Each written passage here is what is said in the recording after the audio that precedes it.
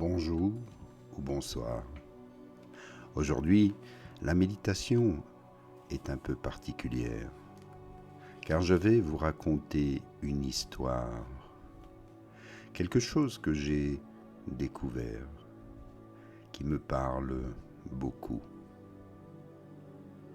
Et j'aimerais vous le faire partager. Alors installez-vous dans la position de la méditation. Prenez votre temps, respirez. Je vais vous raconter une histoire que vous pouvez croire ou non.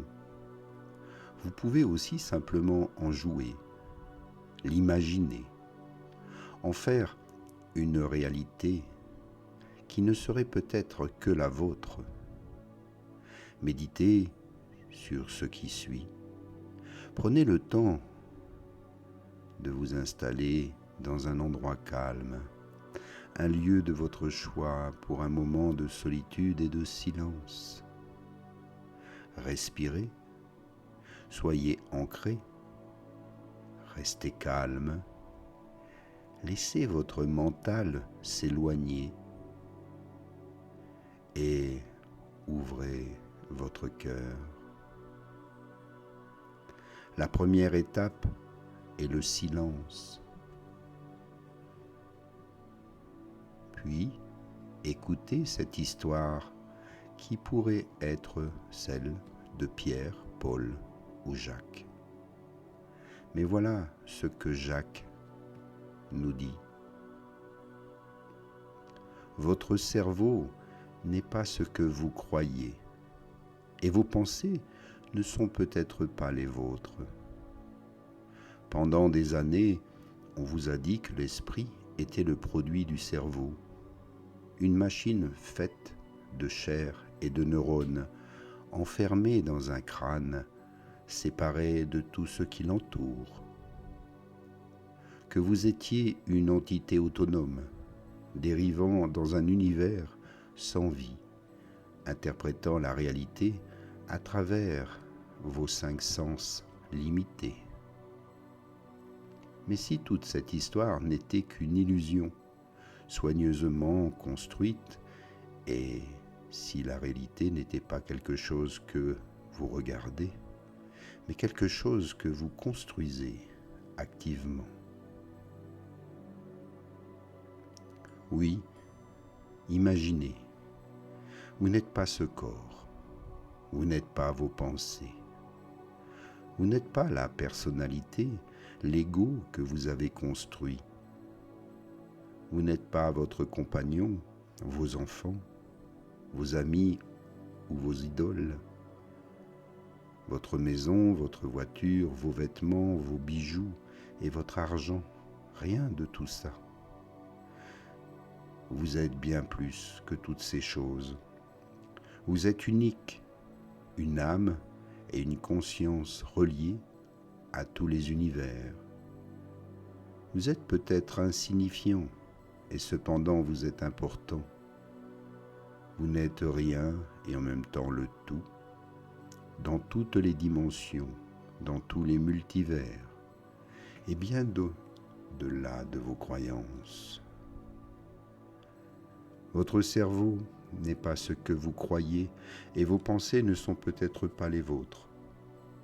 Pendant des années, on vous a dit que l'esprit était le produit du cerveau, une machine faite de chair de neurones, enfermée dans un crâne séparé de tout ce qui l'entoure, que vous étiez une entité autonome, dérivant dans un univers sans vie, interprétant la réalité à travers vos 5 sens limités. Mais si toute cette histoire n'était qu'une illusion, soigneusement construite, et si la réalité n'était pas quelque chose que vous regardez, mais quelque chose que vous construisez activement. Dès que vous avez su parler, des règles ont été gravées dans votre vocabulaire. Lorsque vous avez su marcher, Votre monde a été divisé en oui et non, en bien et mal, en réel et imaginaire. On vous a dit quoi croire, quoi craindre, quoi ignorer. Au cœur de ce conditionnement se trouvait une croyance fondamentale qui régit encore votre vie. Le cerveau est la source de la conscience et tout ce qui ne peut être mesuré, quantifié ou prouvé dans ce cadre relève de la fantaisie ou de la fraude. Ce n'était pas un hasard, il s'agissait d'un conditionnement culturel déguisé en éducation. Dès votre première année d'école, on vous a subtilement appris à accepter un modèle de réalité fondé sur le matérialisme. On vous montre et on vous impose ce qui doit être la norme, les lois, l'ordre, la manière de vivre, de se nourrir et même de penser. Et tout le reste ne serait que foutaise ou imposture. Vous avez appris que tout ce qui avait un sens, les pensées, les émotions, l'amour, l'inspiration, n'était qu'un sous-produit de signaux électriques, que votre conscience ne serait pas différente d'une réaction chimique, que l'univers serait de la matière morte et que vous ne seriez qu'une étincelle temporaire destinée à s'éteindre. Pas de place pour le mystère, pas de place pour l'émerveillement, et certainement pas de place pour tout ce qui ne pouvait être vu au microscope ou mesuré à l'aide d'une machine. Et lui, ce fameux Jack, n'acceptait pas cela. Au début, il a joué le jeu. Il a gravi les échelons universitaires, étudié le cerveau, obtenu ses diplômes. Mais quelque chose n'allait pas. Le modèle ne collait pas. Il y avait trop d'anomalies. Des gens faisaient l'expérience de la télépathie, de la vision à distance, de moments de conscience intemporels. Des guérisseurs indigènes accomplissaient des actes de perception impossibles, des événements qui étaient rejetés, ridiculisés ou simplement effacés du discours scientifique. Non pas parce qu'il manquait de preuves, mais parce qu'il ne correspondait pas au modèle. Pourtant, Jack n'a pas abandonné la science. Il l'a plutôt élargie. Il a commencé à poser une question qui mettait l'établissement des sciences et des scientifiques mal à l'aise.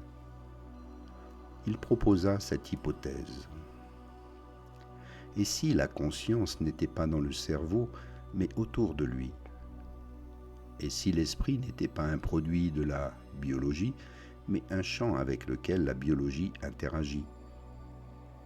Plus il explorait, plus cela devenait clair. Le cerveau pourrait être davantage un récepteur qu'un générateur, et la réalité elle-même pourrait être construite à travers cette interaction.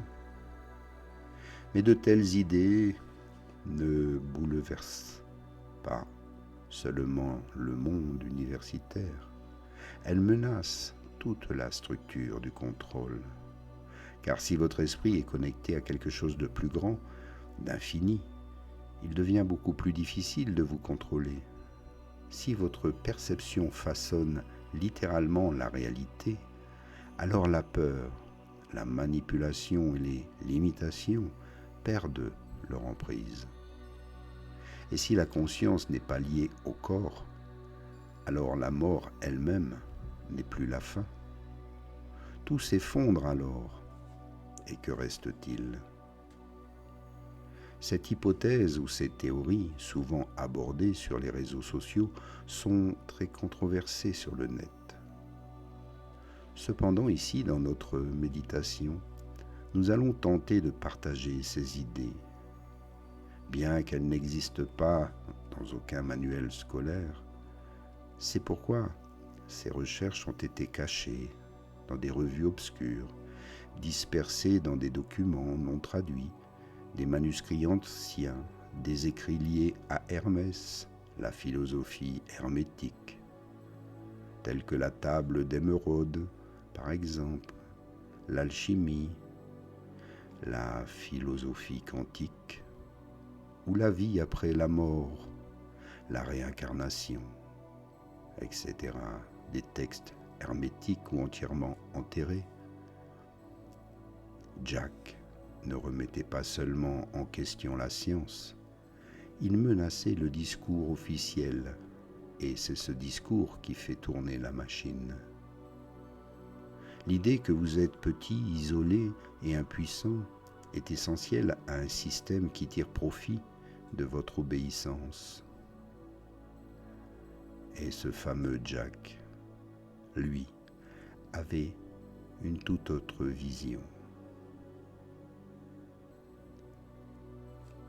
Si cela vous parle, si cela vous intéresse, je vous propose d'écouter son histoire dans une prochaine méditation. Pour l'instant, méditez sur ce qui vient d'être dit. Prenez conscience que tout n'est peut-être qu'une illusion et que vous avez un pouvoir qui vous a été confisqué, quelque chose qui vous est caché, quelque chose que vous pouvez réveiller en vous, simplement en faisant le silence, en écoutant votre cœur, en travaillant sur vos pensées, en dépassant toutes vos pensées limitantes, en déconstruisant le conditionnement. Vous pouvez atteindre un nouvel univers, quelque chose qui est déjà là, tout autour de vous, quelque chose que vous ne pouvez voir tant que vous restez enfermé dans cette bulle d'illusion. Prenez-en simplement conscience ici, maintenant. Merci à vous pour votre écoute et je vous souhaite une magnifique journée. À bientôt. Namasté. Et dites-moi en commentaire si vous désirez entendre la suite. À bientôt.